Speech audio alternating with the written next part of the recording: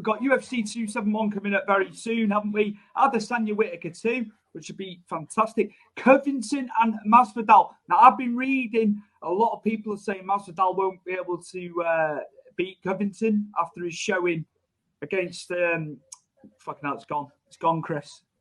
Kamaru against Kamaru. Yeah. A lot of people are basing it off the fact that, you know, Covington's done relatively well, you know, better than others. And then we've got Volkanovski and the Korean Zombie, Chris, for 273.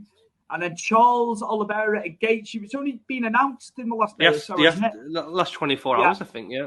So, yeah, all of them for me look amazing. But if I had to pick one, I'd say in terms of beef, you know, forget titles and stuff like that. It's Covington and Masvidal for me, you know.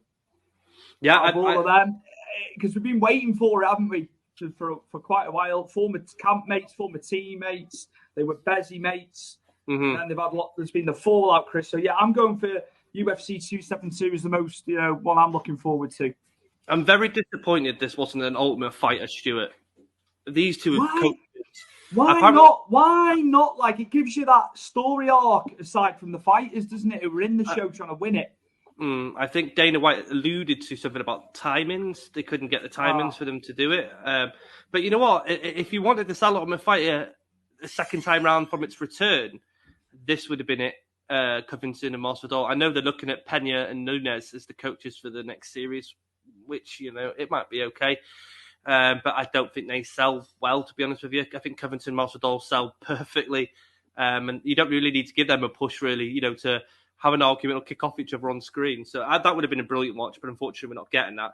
But I have to agree with you. I look at it this way, and these are my opinions, so obviously you might not have to agree with me. I think Whittaker, I think it'll be a good fight. I think Whittaker's come back out and he's come back on fire. He's got the passion back, Whittaker. He's looked phenomenal in his last couple of fights to get himself back into the picture. He's gone up. He lost to Blachowicz. He's come back down. He beat Vettori, which, you know, was no easy feat because Vettori was on fire as well at the time. Vettori was smothering people on the ground, mate, left and right. Dominance. Yep. And then, you know, let's be fair to Vettori. He was one of the you know, ones to watch last year, wasn't he? Really came to the fore. And then, you know, it's not a bad one losing to Adesanya. No, he was one of the best fighters. He was one of the best fighters of 2021, Vettori, for me. And don't forget, he went up to light heavy to fight Paulo Costa, because Paulo Costa, you know, can't go off his wine, can he, to cut weight? It's true, though. But, listen, I think this fight's going to be close, but I think he's going to still come away with victory. I don't think he's going to knock Whittaker out on this one. I think this is going to be very close. I feel like if he says he thinks of Blachowicz is the blueprint to beat Izzy, but I actually think, Stuart, Kelvin Gastelum had the blueprint to beat Izzy. Watch that fight back, because he rocks Izzy a fair few times in that, and he had Izzy on the ropes, and Izzy was struggling in that fight. Came away with the victory, and he should have probably dropped Kelvin Gastelum and beaten him, but Kelvin Gastelum's a monster, isn't he? He's kept on getting back up. But I think Izzy probably pushed that, and I think that'll probably be that could be a split unanimous decision.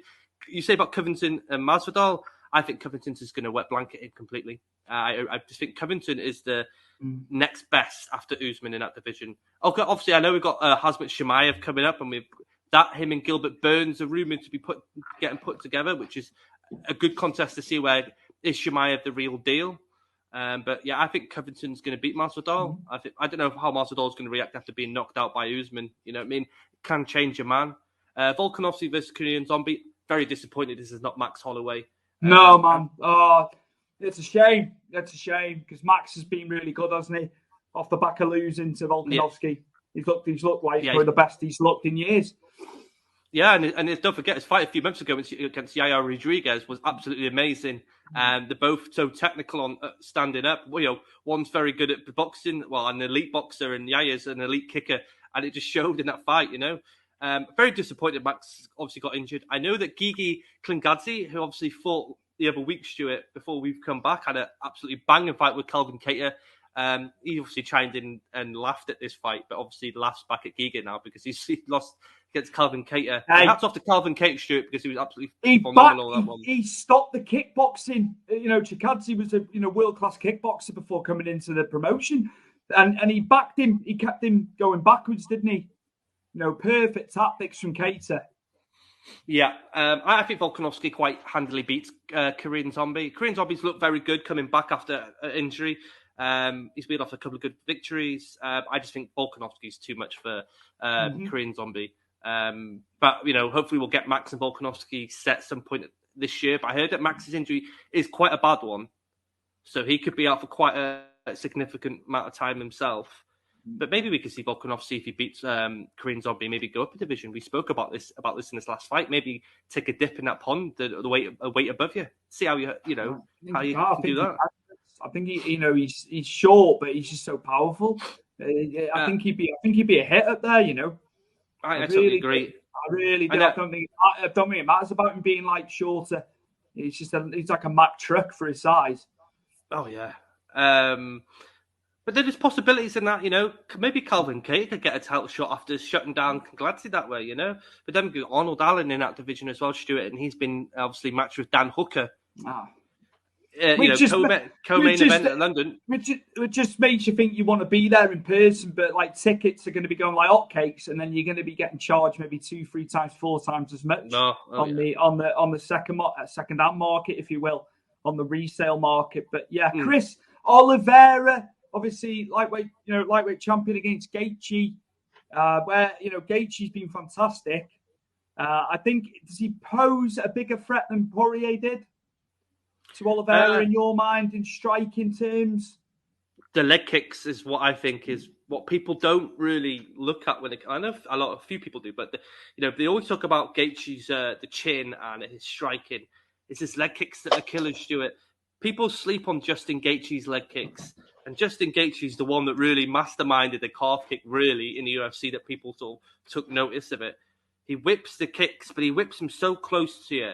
You struggle to get, to check him or get out of the way of them. And you saw Michael Chandler in the last fight, and he's come out and said he actually found that fight boring, Stuart, which is madness to think. But hey, brains of a fighter. It was a war of attrition. It was a war of attrition. That one, right. Right, you're gonna have to extend off that. Why was it boring for him? I think because he sat back. I think it's because he sat back and he couldn't unload. It's one of them. Listen, Gaethje Oliveira is an interesting again because it's striker versus grappler. But obviously we know that Oliveira is getting better with the strikes, and Oliveira, he's getting a different range of skill set with his striking now. A bit better boxer than he was, 4 or 5 years ago.